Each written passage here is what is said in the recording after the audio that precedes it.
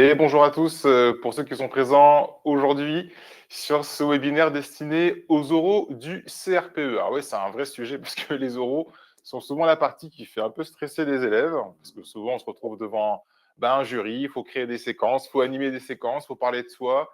Voilà, donc ça fait un peu stresser.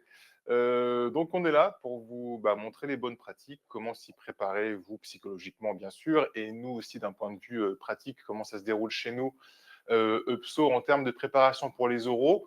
Donc, c'est un webinaire qui va durer une petite quarantaine de minutes. Comme d'habitude, le chat est activé. Bonjour à ceux qui sont connectés sur le chat. Bonjour à tous. N'hésitez pas à me parler un peu sur le chat de quelle académie est-ce que vous êtes, si vous comptez vous inscrire, si vous êtes déjà inscrit au concours. J'en connais quelques-uns que j'ai déjà eu, je crois, au téléphone, notamment Caroline, que j'ai eu il n'y a pas longtemps. Chloé aussi, je connais. Donc bonjour à tous, merci d'être tous présents. On va attendre un petit peu que les gens se connectent. Et puis après, on pourra commencer. Donc du coup, quand vous avez des questions, n'hésitez pas sur le chat. Moi, je vais y répondre. Donc je vais entrecouper un peu le... Bonjour à tous. Salut Pauline, Fanny. Bonjour à tous. Je suis en compagnie de Lucas, qui est professeur chez EPSO, qui accompagne nos élèves à distance. Donc, du coup, moi, je vous parle un peu de la préparation chez nous pour commencer, et puis après, il prendra le relais pour qu'il puisse un peu vous parler des bonnes pratiques et de lui, comment est-ce qu'il prépare nos élèves au concours, notamment pour les oraux. On va pouvoir commencer. Bonjour à tous. Allez, c'est parti. EPSO, rapidement, nous, on est un organisme de préparation de concours, notamment au niveau des CRPE. Ça fait un petit nombre d'années qu'on est présent. L'idée d'EPSO est d'accompagner plutôt des élèves qui sont en profil de reconversion, qui est un univers un peu qu'ils connaissent pour justement aller auprès d'un univers qu'ils ne connaissent pas beaucoup, surtout celui de l'enseignement. Donc, l'idée est vraiment de les accompagner dans leur reconversion en leur proposant un parcours de préparation et de formation assez sur mesure, millimétré, pour qu'à l'issue du concours, l'affectation soit au plus proche, bien sûr, des vœux initiaux de l'élève. Le but du jeu est vraiment de faire en sorte de réussir la reconversion de l'élève. Donc, ça passe bien sûr par une réussite au concours, mais une réussite avec les meilleurs résultats dans la mesure du possible pour avoir derrière un maximum de chances d'avoir accès à vos affectations. Voilà, on forme plus de 3000 apprenants chaque année. Voilà, donc l'objectif de PSO est vraiment de faire en sorte que cette reconversion se passe du mieux possible en apportant un suivi à distance par des coachs en formation notamment et une plateforme pédagogique que vous allez voir très ergonomique. Parlons du CRPE, le concours de recrutement de professeurs des écoles, bien sûr, qui vous donne accès aux classes de primaire et de maternelle. Les inscriptions au concours vont se clôturer bientôt. Donc, pour les petits derniers, il faudra s'inscrire là. Ça se termine le 2 décembre. Donc, vous avez une petite semaine. Voici les résultats du concours de l'an dernier. On était sur 35% de réussite. Là, c'est le concours national. Enfin, en tout cas, c'est le taux de réussite national de l'an dernier. Nous, concernant nous, chez PSO, on était aux alentours de 78-79% de réussite l'an dernier. Donc voilà, c'est bien la preuve que le concours se prépare.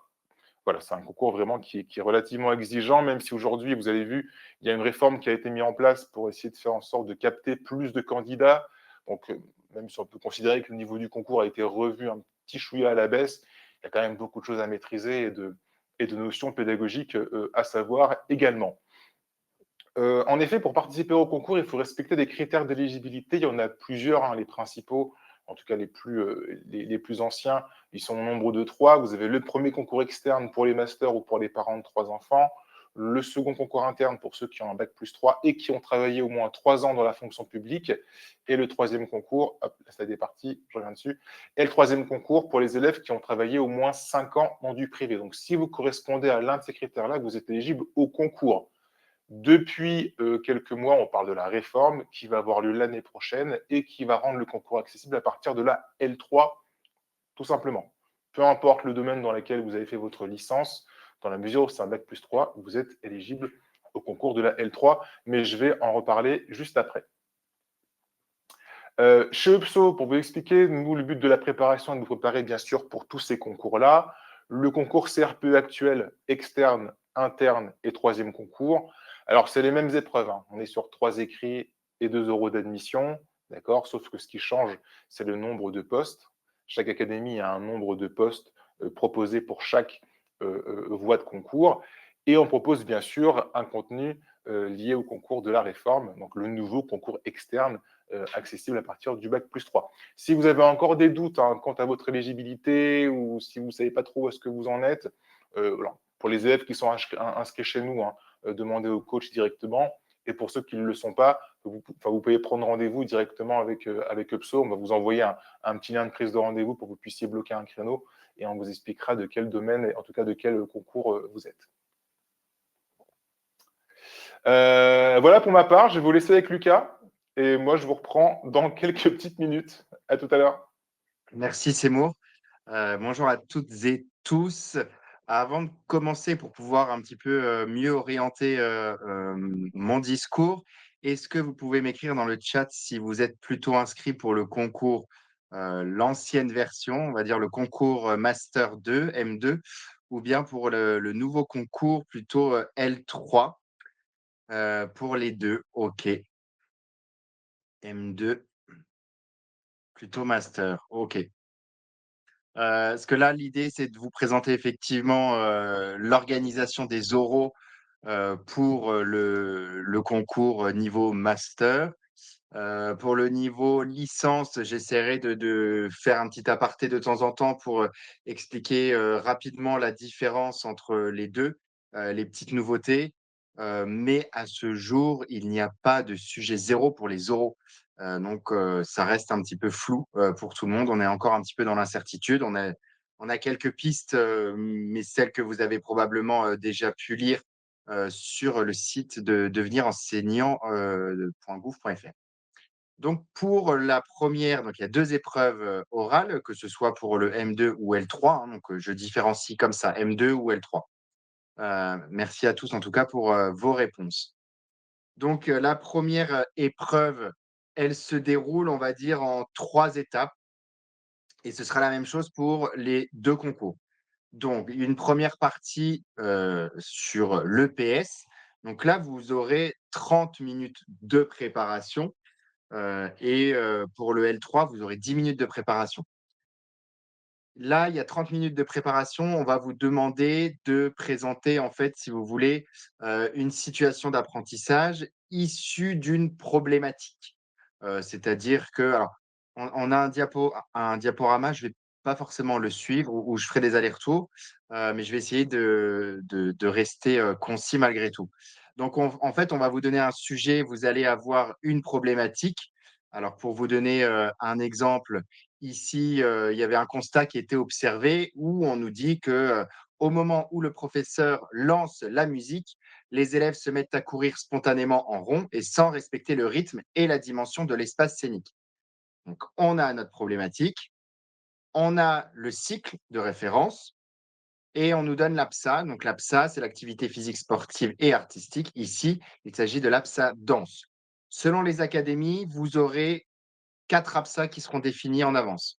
Donc ça, ils mettent ça sur le site de chaque académie. Ils le mettent, quelques mois avant, on va dire, pour vous laisser le temps de réviser ces 4 APSA-là. Et donc on a ce constat-là et on vous pose la question de proposer une ou plusieurs situations d'apprentissage au sein d'une séance qui vont permettre aux élèves de résoudre cette difficulté. Donc pendant vos 30 minutes de préparation, il va falloir réfléchir donc à votre séance d'EPS. Qu'est-ce que vous allez mettre en œuvre? Quelle situation d'apprentissage vous allez proposer aux élèves pour que bah, ils puissent se mettre à courir en prenant en compte l'espace scénique, donc c'est-à-dire pour résoudre le problème souhaité. OK. Euh, Sur l'épreuve d'EPS, il va falloir donc réviser vraiment donc les 4 APSA, en l'occurrence de votre académie, pour tous les cycles. Alors, il ne faut pas connaître les programmes par cœur, mais l'idée, c'est d'avoir quand même de maîtriser les attendus de fin de cycle, et de connaître un petit peu vraiment la chronologie, évolutive au niveau des cycles. OK? Donc vous avez 30 minutes de préparation, vous arrivez, vous présentez votre séance à un jury, ça doit durer entre 10 et 15 minutes. À partir de 15 minutes, par contre, on vous coupe. OK? Pour le bac +3, le concours L3, donc vous avez 10 minutes de préparation et l'exposé, lui, pour le coup, ce qu'en disent en tout cas les textes, c'est que l'exposé durera 8 minutes maximum. Donc on est sur un exposé beaucoup plus court, mais parce que, on ne vous demandera pas autant de détails dans votre séance. Donc là, c'est encore, ce point qui est un petit peu flou. OK? Et ensuite s'ensuit donc des questions avec le jury qui va vous revenir sur votre séance, et développer davantage à partir de questions pour atteindre les 30 minutes au total. OK? Donc ça vous fera, vous avez, en tout, 15 minutes d'exposé et 15 minutes de questions par le jury. Pour le bac +3, c'est, heu, que je dise pas de bêtises, c'est pareil, vous avez, du coup, plus alors c'est beaucoup plus long, vous avez, presque 20, plus de 20 minutes de questions par le jury. Pour avoir le diapo, ça je sais faudra voir avec, avec Seymour tout à l'heure. Voilà pour l'EPS. Une fois que vous avez terminé l'EPS, vous enchaînez tout de suite sur bon, j'ai effectivement, je vais quand même vous parler des attendus du jury, hein. Moi, je vous invite vraiment à aller lire les rapports de jury de votre académie pour savoir un petit peu, bah, ce que chaque jury attend, qu'est-ce qu'ils ont noté des années précédentes, ce qui fonctionne bien, les manquements. Comme ça vous permet aussi de mieux travailler. Donc l'idée, c'est d'avoir des justifications claires de vos choix pédagogiques en lien avec les ressources, le contexte et les contraintes évoquées et des connaissances théoriques solides. Car oui, je ne l'ai pas précisé, mais pour le bac +3, donc pour, je crois qu'il y en a qu'une, hein, si j'ai bien compris, qui s'est inscrite, aux 2, vous allez avoir en fait 2 questions qui vous seront proposées parmi 3 domaines, en lien soit avec la culture sportive, donc sur toutes les règles de certaines APSA, donc des activités physiques, les techniques, les règlements. Il y a aussi la culture corporelle. Donc là, c'est plutôt les effets de la pratique physique, le bien-être, la santé, et cetera. Et troisième point, c'est sur la culture citoyenne. Donc là, c'est sur l'aspect, respect des règles, collectives, sur la coopération, et cetera.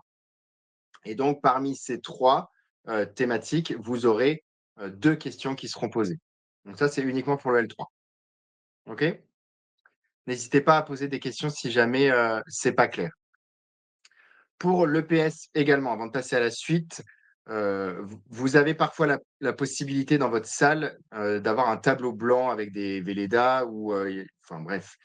Si c'est le cas, je vous invite à l'utiliser pour, faire des schémas, notamment quand vous expliquez, si vous faites des ateliers tournants, par exemple, ou des mises en situation, vous allez pouvoir schématiser sur le tableau. C'est beaucoup plus parlant et ça montre également au jury que, vous vous êtes déjà projeté face à une classe et que, ça montre comment vous expliquez aussi aux élèves. Donc ça, c'est intéressant, d'utiliser le tableau. Si vous n'avez pas de tableau, vous pouvez très bien préparer pendant vos 30 minutes de préparation, préparer un schéma sur une feuille de brouillon et présenter votre feuille de brouillon comme ça en expliquant au jury.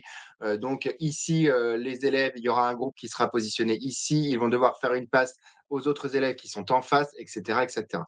Donc ça montre que déjà vous savez modéliser votre séance et ça, c'est toujours intéressant de le montrer au jury. Peut-on, si l'on prépare les 2 concours, faire les mêmes choix d'APSA? Alors, c'est pas vous qui faites les choix d'APSA. Ce sont les académies qui choisissent les 4 APSA et le jour, de l'épreuve, on vous donne un sujet et l'APSA est déjà indiqué dessus. Donc, pour le coup, c'est pas à vous de faire les choix. Voilà, pensez bien que, pour l'EPS, mais également pour le français et les maths, on y reviendra après, pensez bien à justifier vos choix pédagogiques. Pourquoi est-ce que vous avez fait des groupes, de 3, des groupes de 4? Pourquoi vous fonctionnez en atelier? Voilà, tout ça, ce sont des choses qu'il faut, également anticiper. Je vous donne beaucoup d'informations, mais j'essaye d'être, le plus large possible. Par contre, ouais, Chloé, il me semble, alors je suis pas sûr à 100, parce que c'est vrai que c'est un contexte particulier, mais si vous êtes accepté aux oraux, on ne passera qu'un des 2. heu, ce sera confirmé. Une fois que l'EPS est terminé, vous enchaînez ensuite sur la deuxième épreuve de motivation, c'est CSE, connaissance du système éducatif, qui va commencer d'abord par 5 minutes d'une présentation personnelle et ça, elle y sera également dans, le concours bac+3. Ces 5 minutes de présentation, vous avez 5 minutes et pas 1 minute de plus. Vous allez devoir expliquer vos motivations, pourquoi vous êtes là, pourquoi, qu'est-ce que vous faisiez avant, expliquer votre parcours, pourquoi vous avez décidé de devenir professeur des écoles. Et d'ailleurs, ça m'intéresse, de savoir un petit peu, mettez-moi dans le chat quelles sont, vos motivations. Pourquoi? Qu'est-ce qui vous donne envie de devenir professeur des écoles? Et puis comme ça, on va pouvoir un petit peu discuter aussi sur, vos motivations. Est-ce que ça, ce sont des choses que vous pourriez potentiellement dire à l'oral ou est-ce que, vaut mieux peut-être éviter, de dire certaines choses parce que ça peut vous mettre en difficulté ou bien parce que ça n'a rien à voir et dans ces cas-là, on ne le dira pas. Donc n'hésitez pas à m'écrire dans le chat pourquoi vous voulez devenir professeur des écoles. Donc ces 5 minutes-là, vous les aurez préparées en amont chez vous. Vous aurez répété votre texte, vous l'aurez répété plein de fois, vous l'aurez fait devant un miroir, devant d'autres gens devant votre famille, devant des amis, devant des profs, de chez UPSO, puisqu'on vous prépare, bien évidemment à cette épreuve-là. L'idée, c'est de ne pas tomber dans le piège de réciter une poésie, mais de le dire de façon assez naturelle, mais en ayant préparé, en sachant ce que l'on doit dire, puisque 5 minutes, ça passe vite. Il faut donc que ce soit assez condensé. Une fois que vous avez terminé vos 5 minutes, le jury reviendra sur cette présentation avec des questions qui vont durer 10 minutes. Alors là, c'est plus sous forme d'échange. Pour aller un petit peu plus loin, bah, vous nous avez parlé que, vous faisiez tel travail avant, mais, quelles compétences vous avez développées dans votre ancien travail et que vous pourriez transférer dans le métier de professeur des écoles? Par exemple, ce sont des questions qu'on peut vous poser. Ou bien quels sont vos points forts, vos points faibles, des questions type d'un entretien, basique. Pour préparer votre exposé, je vous encourage à maîtriser le référentiel de compétences du professeur des écoles que vous pouvez, retrouver sur Eduscol. Il faut maîtriser ce référentiel avec les 13 compétences et utiliser en fait ces compétences-là, alors pas toutes, hein, mais l'idée c'est d'en sortir 2 ou 3, des compétences que vous avez pu déjà, acquérir dans votre ancien métier ou de par votre expérience et montrer que vous allez pouvoir justement les transférer dans le métier de professeur des écoles. Donc c'est essayer de faire le lien, le parallèle entre les 2, entre votre vécu et votre futur métier. Et puis, c'est aussi être capable durant cette présentation de montrer aussi que vous avez des manques. Vous n'êtes forcément, hein, vous n'êtes pas encore enseignant, donc il y a des choses sur lesquelles vous allez devoir travailler et c'est aussi ça, c'est se remettre en question constamment, montrer que on est prêt à évoluer, on est prêt à se former et être capable de dire sur quelles compétences on aimerait bien être formé. Voilà, donc là, on va vous questionner pendant 10 minutes et ensuite, donc là, ça fait 15, il nous restera 20 minutes, donc en tout avec le PS, ça dure 1 h 5. Pendant ces 20 dernières minutes, vous allez avoir 2 mises en situation qui vont vous être proposées, une en lien avec l'enseignement et une en lien avec la vie scolaire. Donc c'est du tac au tac, on veut voir votre, façon de réagir face à une situation, des situations que vous allez pouvoir rencontrer quand vous serez en poste. Un exemple de mise en situation, professionnelle en lien avec l'enseignement, on vous dit: «Les parents d'un élève refusent de faire travailler leur enfant à la maison en avançant l'argument que les devoirs sont interdits. Quelle réponse apporter?» Allez, allons-y, dites-moi un petit peu, qu'est-ce que vous pourriez comme ça là, à chaud, qu'est-ce que vous pourriez dire au jury, comme réponse, comme élément de réponse? À vous de travailler un petit peu. Bien évidemment, hein, vous aurez le temps de retravailler, tout cela avec, les cours qui sont disponibles, sur la plateforme UPSO et notamment des mises en situation professionnelle qui vous sont proposées. Alors vous pouvez très bien, les y répondre par écrit, prendre le temps. C'est ça aussi qui est intéressant, c'est que, hem, vous pouvez, les y répondre à l'écrit en prenant le temps d'aller chercher des informations à droite, à gauche, certaines lois. Est-ce que les devoirs sont vraiment interdits? Ça, vous allez prendre le temps de chercher. Vous allez vous préparer sur, sur cette question-là et puis vous l'envoyer comme ça on peut vous corriger, vous apporter des éléments de réponse et puis vous pouvez également, réserver des oraux pour que nous, on puisse vous, faire vraiment une simulation. Donc, vous n'avez pas le sujet à l'avance, on vous pose cette question-là et vous devez, y répondre, vraiment en conditions réelles. Alors, entraînement pour une meilleure confiance de l'élève, une meilleure participation, cela permet également une meilleure intégration de l'enfant, oui.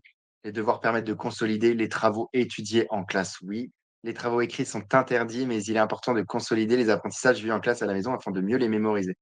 Oui, c'est sûr, tout est juste. Après, il y a effectivement, une loi, hein, qui dit que les devoirs écrits sont interdits, ça fait très longtemps qu'elle existe et pour autant on en donne, puisque, ce sont effectivement les devoirs écrits, mais on peut travailler la révision de leçons, on peut travailler la lecture, on peut réviser l'apprentissage de mots, par exemple, donc tout ça, ce ne sont pas des devoirs qui sont interdits.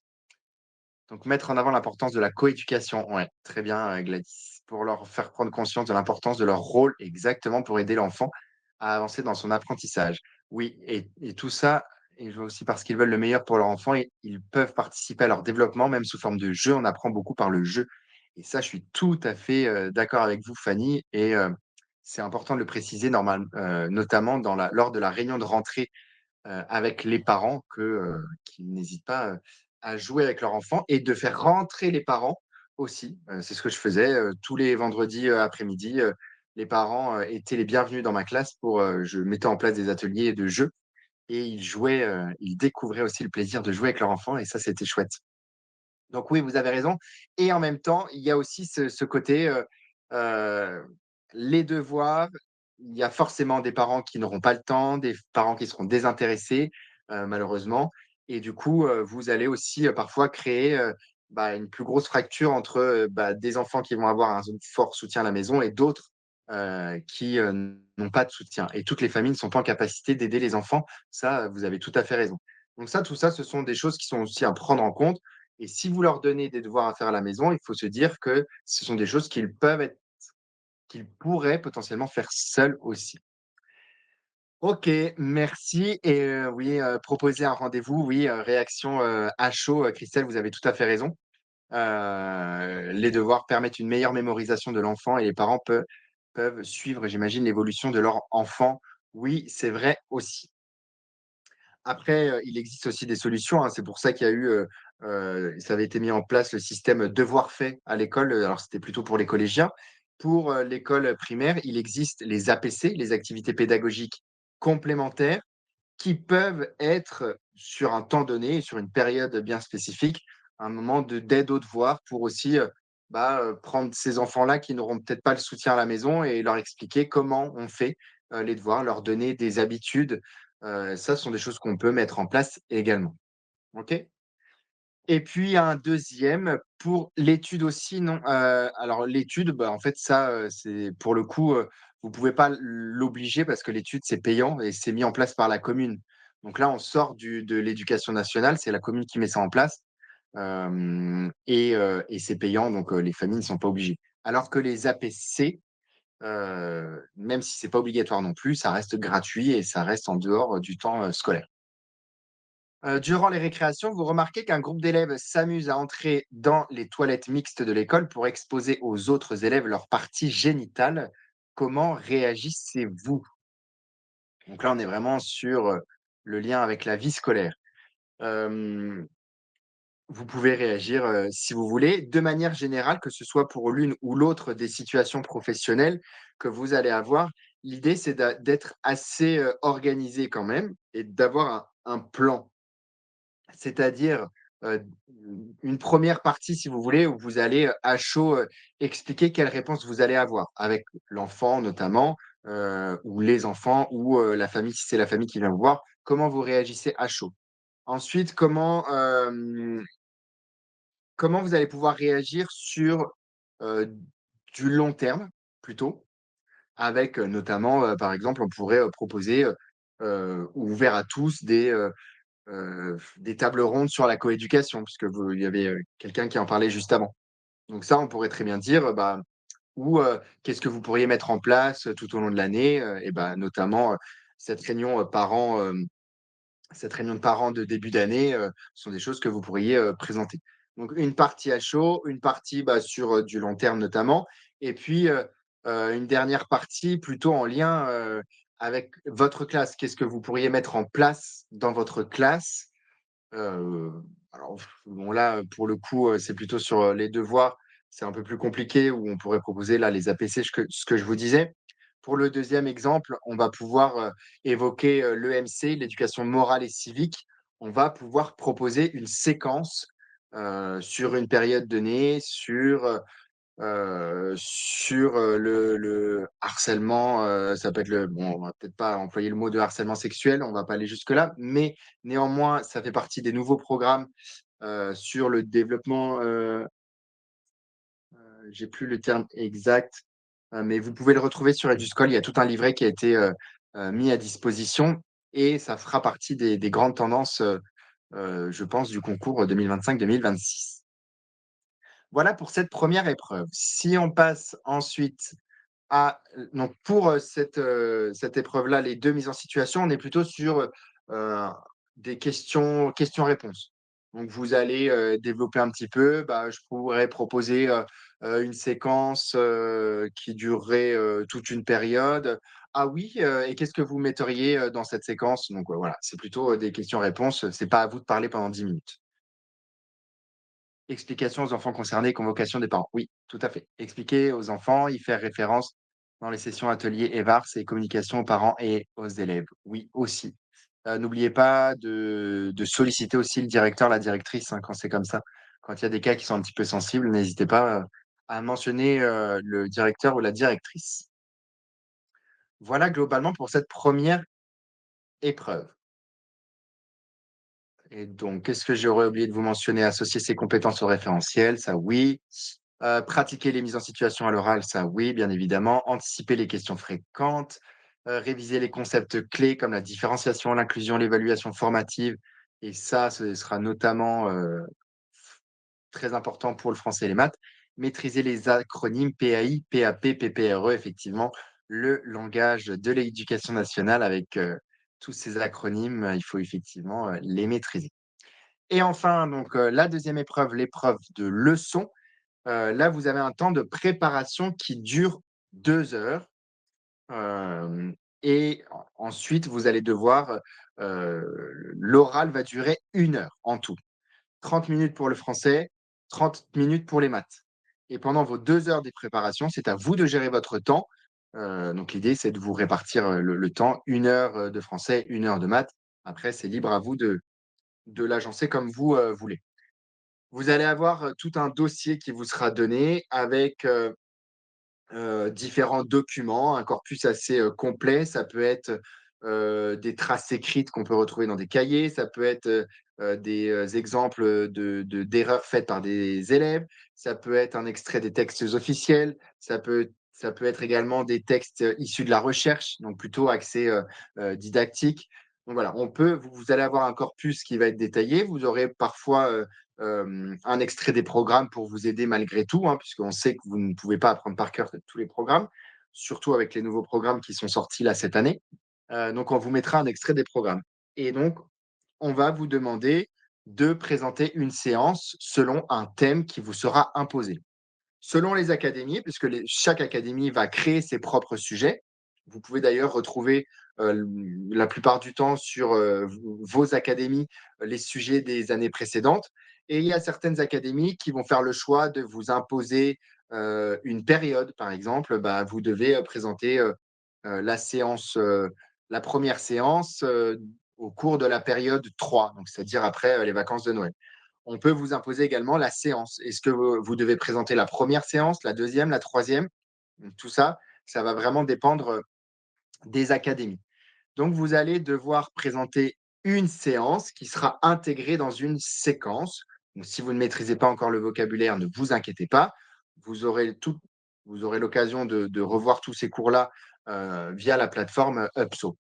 Donc vous devez présenter pendant 10 à 15 minutes.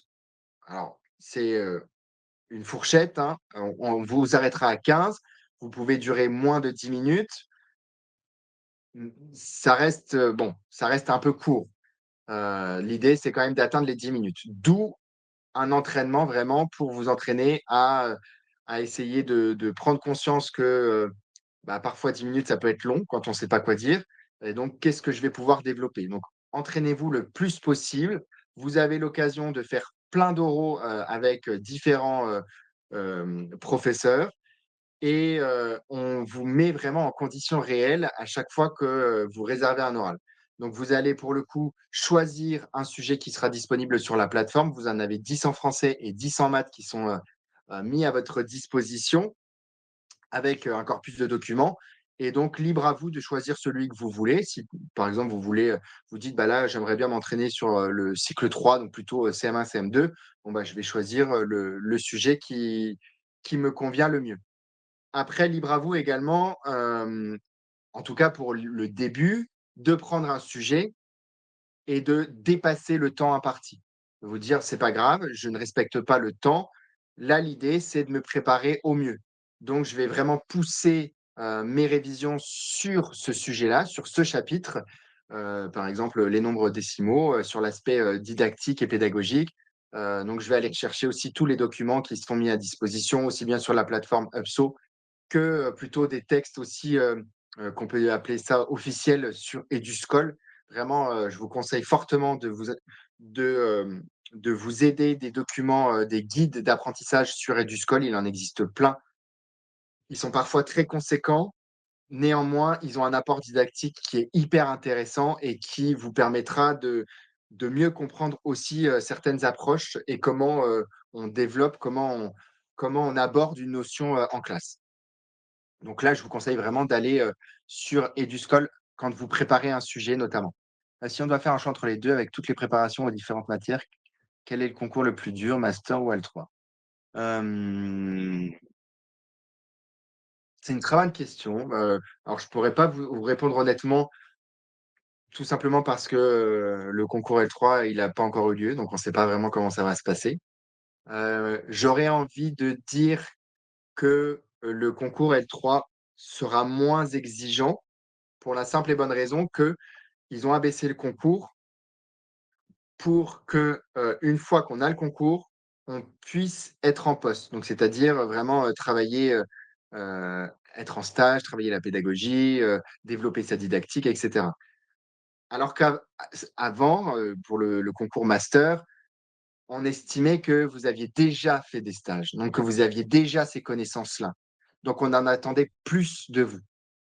Or là, comme ils ont descendu le concours au niveau licence, on sait que vous aurez les stages qui vont arriver après, donc l'exigence ne sera pas la même. Maintenant, en termes de difficulté, je ne pourrais pas vous dire, honnêtement. Donc pour revenir sur cette épreuve, de leçons, vous commencez donc votre présentation de 10 à 15 minutes en français. Le temps restant, ce sont les questions par le jury pour arriver à 30 minutes. Donc si vous avez fait 5 minutes d'exposé, vous aurez 25 minutes de questions. Autant vous dire que vous allez être charcuté par le jury à ce moment-là. Sans être alors, il existe des jurys qui sont peut-être moins bienveillants que d'autres.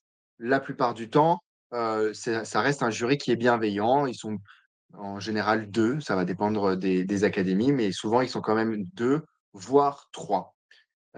Et l'idée des questions, c'est pas du tout de vous piéger, hein, pour le coup, donc ne vous sentez pas agressé dans ces questions-là. C'est vraiment, bah, soit pour approfondir un sujet, pour, essayer de vous emmener un petit peu plus loin dans votre réflexion, soit revenir sur un point que vous avez pu, évoquer, et qui était peut-être un petit peu incompréhensible, ou pas clair, donc on vous demande de réexpliquer davantage. Donc, là, l'idée, c'est de le dire d'une autre façon. Ou bien ça peut être également, bah, de justifier vos choix. On va revenir sur un point que vous avez, évoqué, mais pour voir si c'était, réfléchi de votre part ou pas. Ou bien on va effectivement pouvoir vous poser des questions pour vous faire prendre conscience que ce que vous avez dit, c'était pas cohérent. Alors, il faut savoir se remettre en question, il faut pas non plus, penser que tout ce qu'on a dit, c'était raté. Donc il faut être capable de justifier et puis si on voit que le jury insiste, de se dire: «OK, donc là, je pense que, c'était peut-être pas ce qu'ils attendaient, donc je vais essayer de revenir sur ce que j'ai dit». Et c'est pas grave du tout. C'est ça qu'il faut se dire, c'est que, on sait que vous n'avez pas encore enseigné, on sait que vous ne savez pas tout. Donc on veut juste essayer de vous faire prendre conscience que, bah, que ce que vous avez dit, c'était pas cohérent et donc c'est revenir dessus et dire: «Ah oui, effectivement, je vois ce que vous voulez dire, j'aurais peut-être dû effectivement proposer une séance comme celle-ci». Et là, vous revenez sur ce que vous avez dit. C'est pas grave. C'est simplement prendre de la hauteur sur la séance que vous venez de présenter. Parce que des fois, on est tête baissée, on a enchaîné 2 heures de préparation, on n'en peut plus. Et là, on enchaîne sa présentation, c'est hyper stressant et ensuite on a le jury qui nous pose des questions, et cetera. Donc c'est pas grave, c'est simplement: «OK, j'ai présenté ça, je vraiment, je prends de la hauteur sur ce que je viens de dire. Le jury essaye de me faire ouvrir les yeux sur quelque chose. OK, c'était peut-être pas ça qu'il fallait dire, c'est pas grave, je reviens dessus et je montre au jury que je suis capable de rebondir». Voilà, c'est tout, tout simplement. Et une fois que vous avez terminé, le français eh bien, vous avez une petite pause, de quelques secondes pour, vous hydrater, parce que généralement il fait chaud, en tout cas cette année, c'était le cas au mois de juin.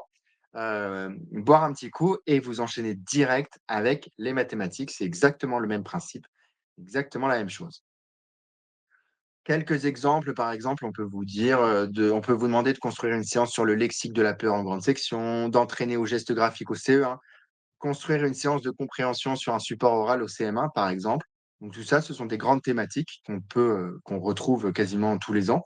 Donc l'idée, c'est de travailler, ces thématiques-là, de manière précise. OK, bon, ben, le geste graphique, je vais, m'intéresser au geste graphique, mais je vais m'intéresser si, par exemple, je veux m'entraîner à ce sujet qui est disponible sur Upso, eh bien, je vais prendre le temps de travailler cette notion-là, mais depuis la maternelle. Comment est-ce qu'on travaille le geste graphique en maternelle et jusqu'où on va? Et comme ça vous permet, d'avoir aussi de balayer tous les cycles sur cette notion-là et comme ça, vous êtes, au clair, peu importe le niveau que vous aurez au concours. Oui, mais dans le concours master, il y a aussi ceux du troisième concours qui, la plupart du temps, sont en reconversion professionnelle comme moi, qui ne sont pas du tout du milieu et n'ont pas fait de stage. Exactement, alors, c'est pour ça que, c'est un troisième concours, comme ça le jury sait également, que vous n'avez pas fait de stage. Maintenant, je vous encourage fortement à faire un stage. Pas forcément un stage de 2 semaines, enfin, vraiment même un stage d'observation d'une journée, essayer d'aller, demander, à l'école de votre commune pour essayer d'assister à une journée ou plus si vous avez, l'opportunité, mais vraiment juste pour vraiment voir comment fonctionne une classe, comment ça fonctionne, comment fonctionne, l'enseignante ou l'enseignant, quelles sont ses pratiques pédagogiques, comment il va transmettre ses consignes, comment il organise sa journée, il met en place ses ateliers, comment il va corriger avec les élèves, comment il va évaluer les élèves. Bref, tout ça, même en une journée, on peut déjà observer beaucoup et ça peut nous aider à mieux visualiser une classe et à mieux présenter une séance. Donc si vous avez l'occasion, je vous conseille fortement, de le faire. Après, il existe aussi des vidéos en ligne, notamment, sur, Canopé. Alors, je vous l'écris, Canopé, comme ça, c'est une genre je crois que vous pouvez vous inscrire sans avoir d'adresse, de l'éducation nationale. Vous allez avoir des vidéos, aussi c'est des classes qui se sont portées volontaires pour être filmées, donc vous pouvez très bien aussi, observer ces vidéos-là et heu et regarder un petit peu comment fonctionne l'enseignement. Donc pour, les maths, c'est la même chose, hein. Par exemple, quantifier des collections jusqu'à 6 en moyenne section en les composant et les décomposant par manipulation. Proposer des situations pour comprendre la numération décimale en CE1, c'est la même chose. OK? Hem, Également important et on en parlait dans les termes tout à l'heure, il faut alors proposer une séance, c'est bien, il faut également être capable, proposer de la différenciation pédagogique. Donc ça, c'est un terme vraiment, à maîtriser, mais vous verrez qu'après quelques entraînements, vous le maîtriserez, parfaitement. C'est-à-dire être capable d'anticiper et ça, c'est très, très difficile même quand on est en poste, hein, vous verrez, être capable d'anticiper les erreurs possibles que vos élèves vont pouvoir faire dans la séance que vous proposez. Les erreurs, mais aussi les obstacles. Qu'est-ce qui va mettre en difficulté les élèves dans ce que vous proposez? Ou bien sur quoi est-ce qu'il peut se tromper? Et donc à partir de ces erreurs ou de ces obstacles, vous allez proposer ce qu'on appelle une différenciation pédagogique. C'est-à-dire, eh bien, pour ce type d'erreur-là, je vais proposer telle aide. Donc, ça peut être, une affiche dans la classe qui va, rappeler, la leçon, ça peut être, notamment en mathématiques, la mise à disposition, du matériel, des dés, des cubes, on va manipuler, on va revenir en arrière. Ou bien ça peut être la mise en place de tutorats, ça peut être la mise en place, pardon, de groupes de besoins.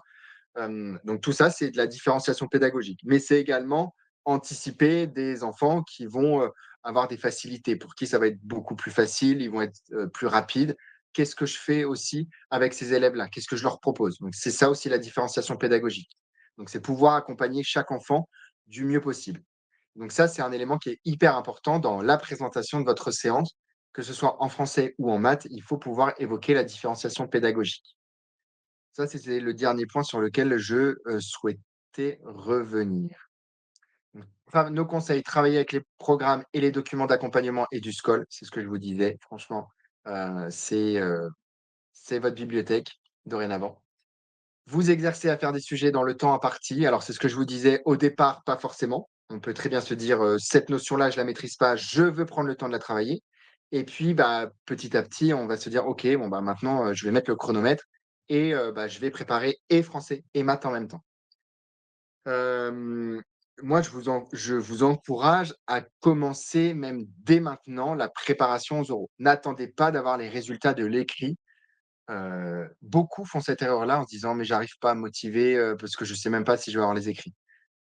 C'est le piège, c'est le piège et à chaque fois quand je peux discuter avec, des élèves avec qui, je fais la préparation aux oraux, ils me disent: «Ah, je pensais pas que c'était aussi intense la préparation des oraux, j'aurais dû commencer avant». Oui, oui, oui, bah, oui, c'est ce que je c'est ce que j'essaye de faire comprendre à chaque fois quand, j'ai des webinaires ou quand, j'ai la possibilité d'avoir, des entretiens avec, certains, élèves, c'est vraiment commencer le plus tôt possible. N'attendez pas les résultats des écrits et donc entraînez-vous avec ces mises en situation qui sont disponibles sur la plateforme. Ça peut être, comme je vous disais, soit de vous filmer et vous observer parce que parfois on va aussi avoir des mimiques, ou des tics verbaux qui sont, intéressants à analyser, et qu'on ne voit pas forcément. Donc soit en vous filmant, soit en passant avec, devant de la famille et le must évidemment, bah, c'est de réserver des oraux, avec nous. Il y a rien de mieux et je peux vous dire qu'on voit la différence entre le premier oral et le 10 ou le 15e, parce que je ne sais pas combien vous en avez dans vos formules. Seymour pourra vous redire tout à l'heure, mais on voit une nette différence. Je pense que j'ai fait le tour. Est-ce que vous avez des questions? Pour l'instant, je ne vois rien. Je crois que c'est tout bon pour moi. Merci en tout Eh cas ben, pour, vos participations. eh ben, merci beaucoup, Lucas, pour toutes ces explications. Et j'espère que tout a été clair pour vous. Dans le chat, hein, n'hésitez pas si vous avez encore des petites questions. Je reprends la main pour clôturer tout ça. Je voulais vous parler de la réforme du concours. Donc, le concours est éligible maintenant à partir du bac plus 3. Donc, du coup, là, c'est une réforme qui a été mise en place, donc, du coup, qui va commencer l'année prochaine. Et du coup, pendant les 2 prochaines années, donc 2026-2027, les 2 concours vont se chevaucher. Donc, vous allez pouvoir passer, bah, les 2 concours, et le concours classique et le concours L3. Et à partir de 2028, seul le concours L3, du coup, sera en vigueur. Voilà. Donc, en tout cas, ça, c'est pour l'année prochaine et l'année suivante.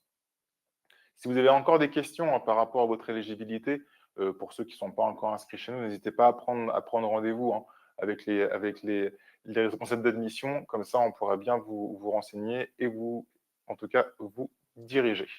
Et si je peux me permettre, Euh, Seymour, oui, excuse-moi de te vas-y, Lucas. couper, juste pour revenir aussi, parce que peut-être ça pourra vous intéresser pour ceux qui font, le concours bac+3, vous devez choisir au moment de l'inscription, soit entre français, soit entre maths. Alors on ne sait pas du tout comment fonctionne encore l'oral, pour cette épreuve-là, mais pour le coup, ça peut être quelque chose, on parlait tout à l'heure, il y avait la question sur, la difficulté, quel est le concours le plus difficile? Bah, le concours à bac+3 vous permet de choisir soit français, soit maths et donc de vous concentrer uniquement sur une matière, ce qui peut aussi, peut-être influencer votre choix. Voilà ce que je Ouais, pouvais, ouais, c'est vrai, il faut être stratégique. Et du coup, j'ai une question dans le chat de Mélanie qui me pose la question. En général, les oraux se déroulent à quelle période de l'année après les écrits? Souvent, c'est entre mai, juin. C'est souvent là que se déroulent les oraux. Du coup, pour le concours de la réforme, quand vous avez votre concours, après, vous partez forcément sur 2 ans de stage. À la base, c'est 1 an pour le concours classique. Là, c'est 2 ans. D'accord? Parce qu'à l'issue de ces 2 ans, il faut quand même valider un master. Donc, du coup, vous n'êtes pas titulaire tout de suite, hein. C'est 2 ans après le stage et vous êtes rémunéré, bien sûr, en tout cas pendant ces 2 ans. Donc, c'est une formation qui est plus professionnalisante, qui est plus longue, mais en tout cas, vous arrivez dans le métier avec un peu plus de bagages. Donc, du coup, au niveau des épreuves, bon, du coup, Lucas en a parlé aussi au niveau des oraux, mais du coup, par rapport aux écrits, vous avez maintenant 2 écrits de 4 heures, d'accord? Où là, pareil, les coefficients vont changer. Avant, on était sur 3 écrits de 3 heures, coefficient 1. Là, c'est 2 écrits de 4 heures, coefficient 5 pour le premier et 2 et 3 pardon, pour le deuxième. Et la deuxième épreuve, donc du coup, l'épreuve pluridisciplinaire, il faudra choisir parmi les 4 matières 3 matières. Donc, vous avez la science techno, l'histoire géo, l'art et la langue vivante. Et pour les oraux, l'oral de leçon va changer. C'est soit français, soit mathématiques, parce que jusqu'à maintenant, c'était les deux. Et pour l'EPS et motivation, voilà, ça, c'est la même chose. Au niveau des préparations, bah, du coup, voilà un petit peu ce que UPSO propose comme accompagnement. Donc, une préparation pour 2026, on a une formule costaude et une formule un peu plus principale. Il y a une formule costaud où vous allez avoir en tout cas beaucoup plus de contenu propre au concours, plus d'examens blancs, plus d'oraux, plus de coaching. Cela va vraiment pousser pour avoir elle va chercher un objectif d'affectation, les meilleurs résultats, la meilleure affectation possible.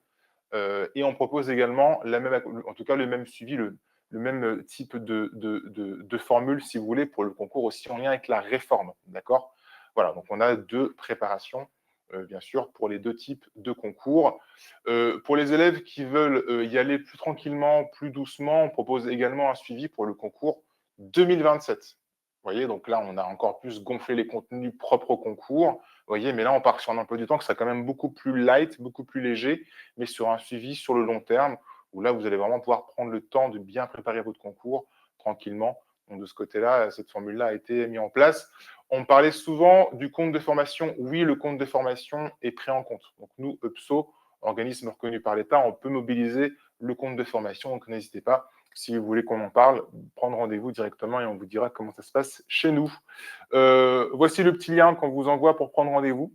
Donc, n'hésitez pas à réserver un petit créneau, hein, ne serait-ce que pour avoir voilà, qu'on puisse répondre à vos questions, échanger sur votre projet, vous diriger sur le concours qu'il vous faut, répondre à des interrogations, tout simplement. Donc voilà, n'hésitez pas, on est là pour vous aider.